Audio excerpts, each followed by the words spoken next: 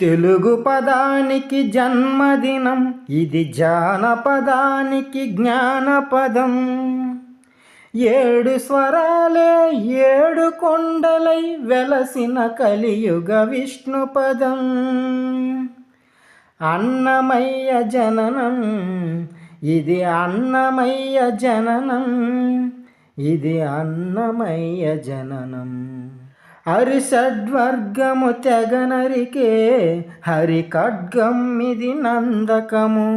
బ్రహ్మలోకమున బ్రహ్మా భారతి నాదాశిష్యులు పొందినదై, శివలోకమున సిద్విలాసమున డమరుధ్వనిలో గబకితమై, దివ్య సభలలో నవ్యలాస్యముల పూబంతుల చేమంతిగా యగసి, నీరద మండల నారద తుంబుర మహతి గానపు మహిమలు తెలిసి,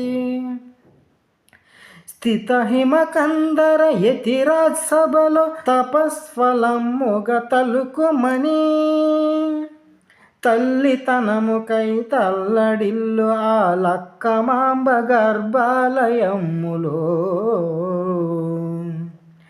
ప్రవేశించే ఆనందకము. నందనానందకారకము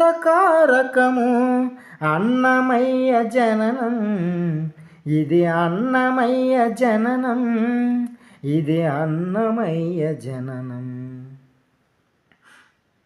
పద్మావతియే పురుడు పోయగా, పద్మాసునుడే ఉసురు పోయగా, విష్ణు తేజమై నాదబీజమై, ఆంధ్ర సాహితీ అమర కోసమై అవతరించెను అన్నమయ్య అసతోమా సద్గమయ. అవతరించెను అన్నమయ్య అసతోమా సద్గమయ.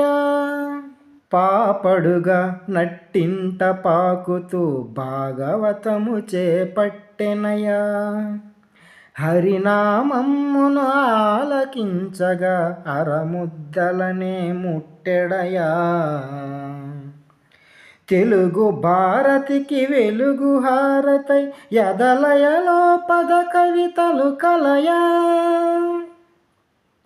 తాళ్ళపాకలో ఎదిగే అన్నమయ్య తమసో మా జ్యోతిర్గమయ, తమసో మా జ్యోతిర్గమయ, తమసో మా జ్యోతిర్గమయ.